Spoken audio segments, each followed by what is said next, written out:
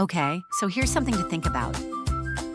English is packed with animal idioms, but most of them have nothing to do with animals at all. It's like we've built this linguistic zoo, and half the creatures are just there to confuse us. That's such a great way to put it. And honestly, if you're not a native speaker, it must feel like you're walking through a jungle of phrases that make no sense. I mean, raining cats and dogs? Who came up with that? Exactly.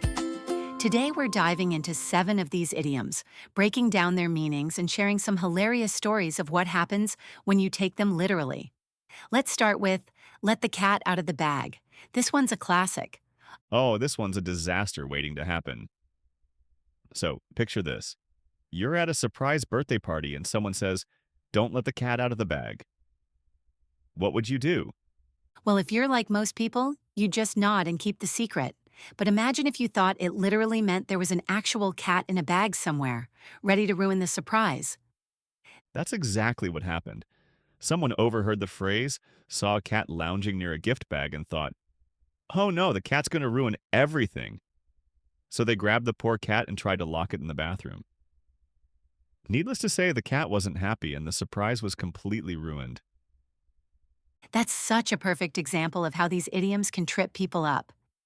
Let the cat out of the bag just means to reveal a secret, and it actually comes from medieval markets.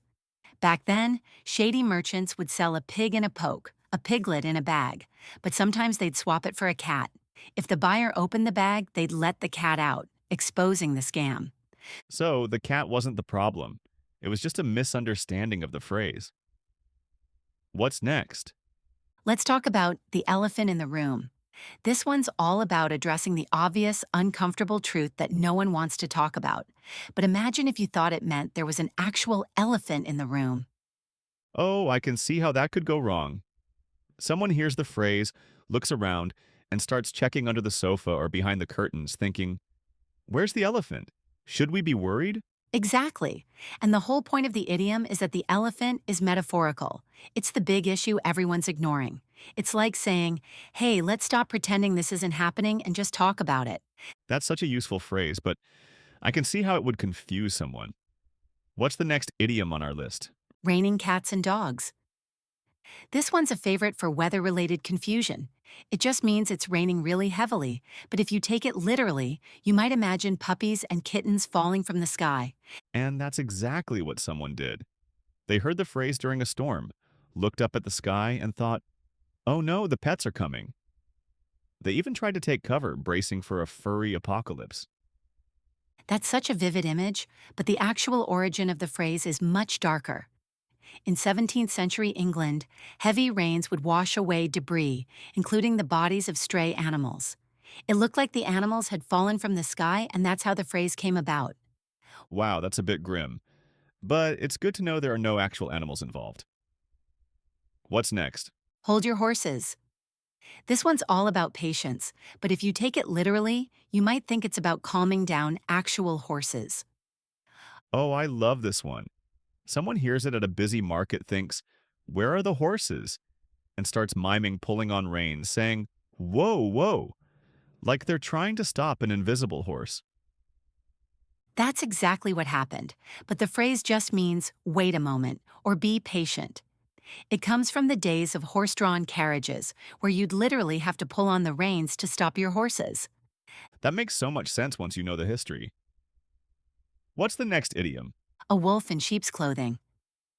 This one's about someone who hides their bad intentions behind a friendly facade, but if you take it literally, you might think it's about someone's outfit.